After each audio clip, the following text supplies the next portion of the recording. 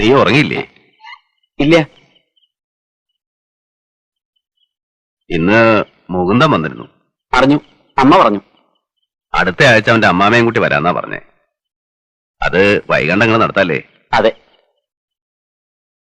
ഞാൻ ആലോചിക്കുക, എല്ലാം കൂടെ ഒന്നിച്ചായാലോന്ന്. ചെലവ് മാത്രല്ല, ബന്ധപ്പാടും കുറയും. വിളിച്ചു നോക്കണേ എന്തിനാ?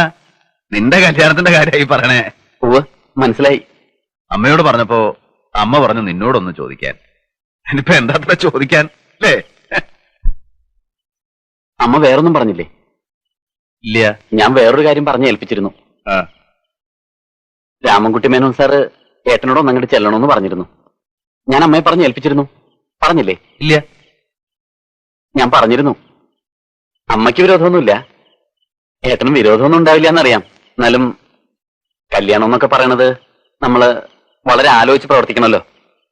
ഏട്ടനോട് ആലോചിക്കണമെന്ന് തന്നെ ഞാൻ മേനോൻ സാറിനോടും പറഞ്ഞത്.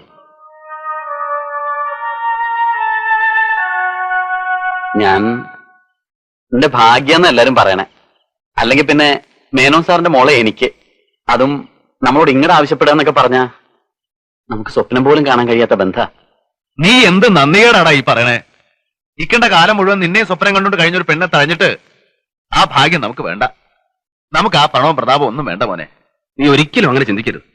ചിന്തിക്കരുതെന്നൊക്കെ പറഞ്ഞാ എന്റെ ലൈഫിന്റെ പ്രശ്ന. ഏട്ടൻ അത് ആലോചിക്കണം. ലൈഫ്? ഈ ലൈഫൊക്കെ നിനക്ക് എങ്ങനെയാണ് ഉണ്ടായത്? ആ തന്തയുടെ മോളെയും വസ്തു വിറ്റ പണമില്ലായിരുന്നെങ്കിൽ ഞാനും നീയൊന്നും ഈ സ്ഥാനത്തില്ല.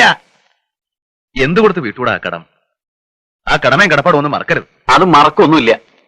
എന്ന് വെച്ച് എന്റെ ഭാവി എനിക്ക് നോക്കണ്ടേ?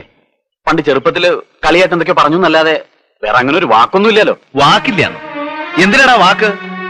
എനിക്കും നിനക്കും അമ്മയ്ക്കും ഈ വീട്ടിലെ നാട്ടിലൂടെ എല്ലാവർക്കും അറിയാലോ അവിടെ നിനക്ക് വേണ്ടിയാ ജീവിക്കണമെന്ന്. പിന്നെ അതിനിപ്പോ വാക്കുടമ്പടിയൊക്കെ വേണം. ശരിയായിരിക്കാം, ചെറുപ്പത്തിൽ അങ്ങനെ പലതും പറഞ്ഞിട്ടുണ്ടാവും. പക്ഷെ ഇപ്പോ എനിക്ക് എന്റെ നിലയും വിലയും ഫ്യൂച്ചറും ഒക്കെ നോക്കണം.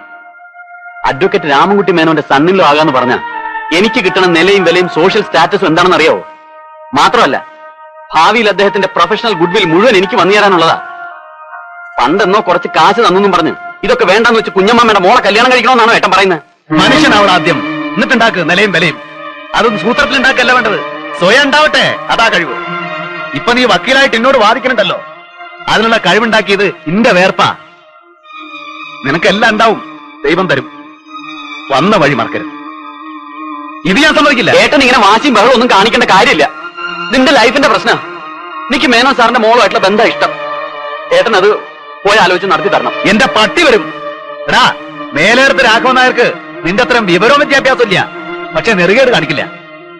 എന്റെ നെഞ്ചിൽ പിടപ്പുണ്ടെങ്കിൽ ഞാൻ സമ്മതിക്കില്ല. എന്നെ ധിക്കരിക്കാൻ ഞാൻ പിന്നെ ഈ കുടുംബത്തെ കയറ്റില്ല. ഓർത്തോ? ആ കേട്ടോ അമ്മേ? അമ്മയുടെ മോൻ പറഞ്ഞോ കേട്ടോ? കുട്ടിയായിരുന്നു എന്നെ അടികൊടുത്ത് ഞാൻ അനുസരിപ്പിച്ചാണ്. ഇപ്പൊ ഞാൻ എന്താ ചെയ്യാമ്മേ? രാഘവ, അവൻ പറയുന്നതിലും കാര്യമില്ലേ? നീ സമാധാനമായിട്ട് ഒന്നുകൂടെ ആലോചിച്ച്